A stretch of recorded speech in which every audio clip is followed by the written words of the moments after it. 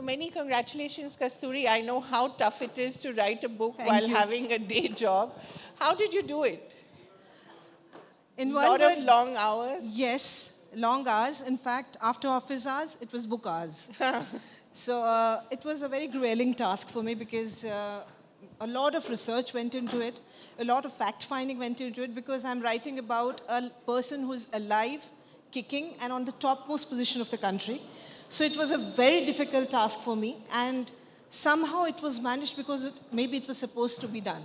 So I took it in my stride and I kept working hard to complete it for everybody's information in 90 days. 90 days? Yes. So how many hours did you write every day? I think almost any time that I was not sleeping or I was not in the office, I was writing. And just to let everyone know, you have a pretty tough job. As far as I know, you and Siba run the paper here, and I think there's quite a lot that happens here, so it must have been tough.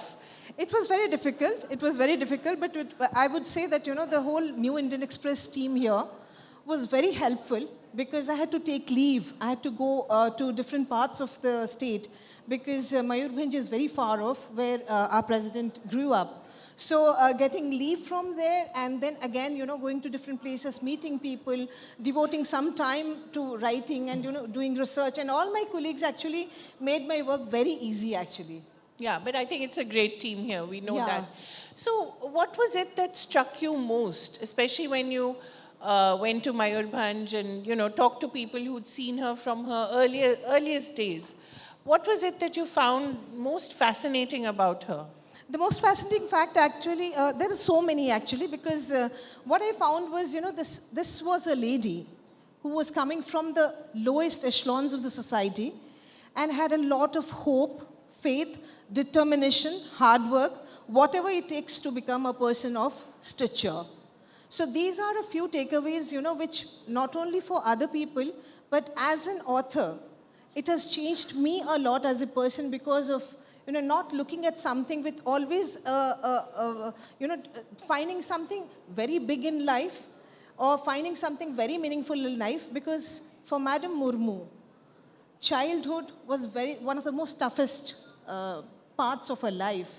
But nowhere, nobody ever told me during my research that she ever felt that there was any sense of hopelessness in her. Now, she always thought that there was a better tomorrow. If I have one frock today, so what? I'll have two frocks tomorrow. If I have no money today, I'll be earning one day and I'll be fending for my family. And she did exactly that. She was with one point agenda that I'm going to work as much as is necessary. I'll become a graduate and then serve my family. And she did that. And everything fell in place because she never had any high aspirations. So these are many lessons that we learn from her life. So these are little nitty-gritties which not only inspire me, but I'm sure will inspire a lot of people. And, we often tend to underestimate that sense of optimism that actually most of India has. Otherwise, it's very difficult to Yes. survive in very difficult circumstances. So talk a little about that sense of optimism and to come from some of the most marginalized communities possible. That sense of optimism which really defines India and puts her in this moment in history, which we talk about a lot, but sort of embodies this moment in history. She, in a way, embodies this moment in history for Absolutely, us. absolutely. Because wherever I have spoken about this book, I have always said that the book sends across one particular message that there is a hope. So that's what you say as optimism, I say as hope. The book sends across the life journey of the president.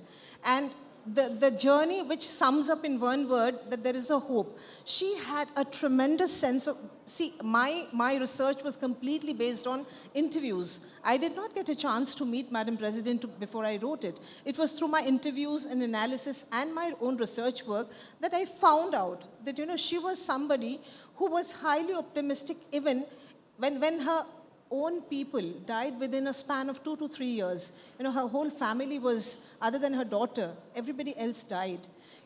Then also, she always had something to cling to, and this time it was spiritualism. We all know that she went into the Brahma Kumari way of Yes. life. So something that she clung to, she was she was breaking from within, but she never showed it because she has always portrayed to the world that, there is always a hope. She was optimistic that there was a good day ahead.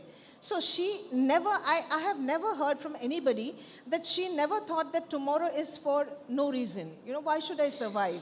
There was a point in time somebody told me that she thought this was the end of it. I can't take it anymore. What time, what period in her life That was was in 2012 and 13 when she lost her husband and her mother. And then she thought that, this is the final thing. She became a recluse. And the people I spoke to were particularly from a political party towards which she had a leaning.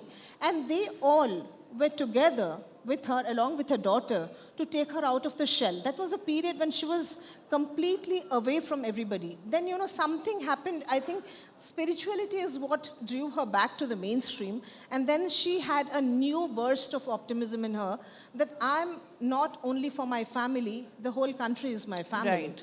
So she went back to the people again, which re-energized her. And I think we often underestimate the work that women do. Of course, we underestimate the domestic work. Yes.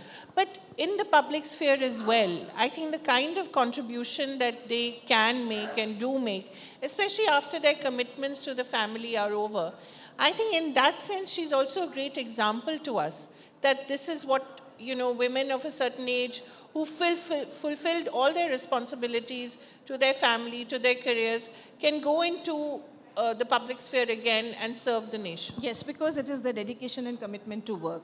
Because I've found out from my research that when she was a kid, she used to go and milk cows. She used to collect cow dung to, clean her house. She used to clean house and utensils and everything. And then when she got married, she used to work as a shepherdess also. That's what some people have told. She'd taken goats for rearing and then would come back with it. So these are the things that she took it in her stride, without realizing that bigger things are in store for her because she never had any aspiration. That's what marks a difference as a person she is. Right. Have you met her since? No, not at all. Not at all. Even I have asked for permissions to meet her, but I don't think I've got permission yet. I'm still hopeful that sometime I'm sure I'll be she able must to. have read it, and I'm sure she. This is the first really concentrated and well-researched work on her. I have done it my best, to the best of my ability. There are other books also, but I think this is one of the comprehensive works.